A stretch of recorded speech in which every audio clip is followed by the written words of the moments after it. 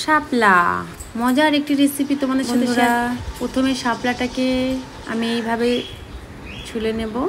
ভাবলাম একটু মাথায় দিয়ে দেখি কেমন লাগে, কিন্তু বেকার পড়েই গেল। দেখো, যাই হোক, এবার ছুলে নিয়েছি। এবার এভাবে ছোটো ছোটো করে কেটে নেব। তোমরা দেখতে থাকো ভিডিওটা। এই দেখো। তো বন্ধুরা, আমার কাটা রেডি। এবার আমি একটু নুন দিয়ে এবার এটাকে ভালো করে চটকে এটার থেকে জলটা বার করে নেব। দেখো কিভাবে চটকাতে হচ্ছে। হয়ে গেছে, আমাদের জল বেরিয়ে গেছে। জলটাকে ফেলে এইভাবে চিপটে নেব।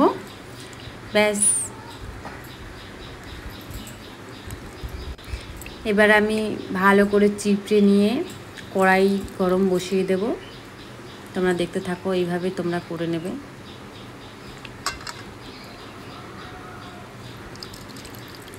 ওইদিকে বন্ধুরা, আমার কড়াই গরম হয়ে গেছে, তেল দিয়ে দিয়েছি। এই দেখো, তেলের উপর দিয়ে দিলাম একটু কালো জিরা, রসুন, তারপরে একটু কাঁচা লঙ্কা। আমি আগে একটু নুন দিয়ে দিয়েছিলাম তেলের ভিতরে, যাতে লঙ্কা যেহেতু একটু না ফাটে, তার জন্য। তো দেখো, এবার আমরা শাপলাটা দিয়ে দেবো। শাপলাটা দিয়ে ভালো করে আস্তে আস্তে নাড়াচাড়া করব।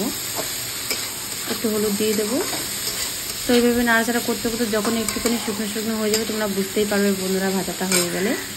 তো দেখতে থাকো। এই দেখো, ভাজাটা আমাদের হয়ে এসেছে, আর একটু হবে। তো ফাইনালি আমার রান্না কমপ্লিটের দিকে যাচ্ছে।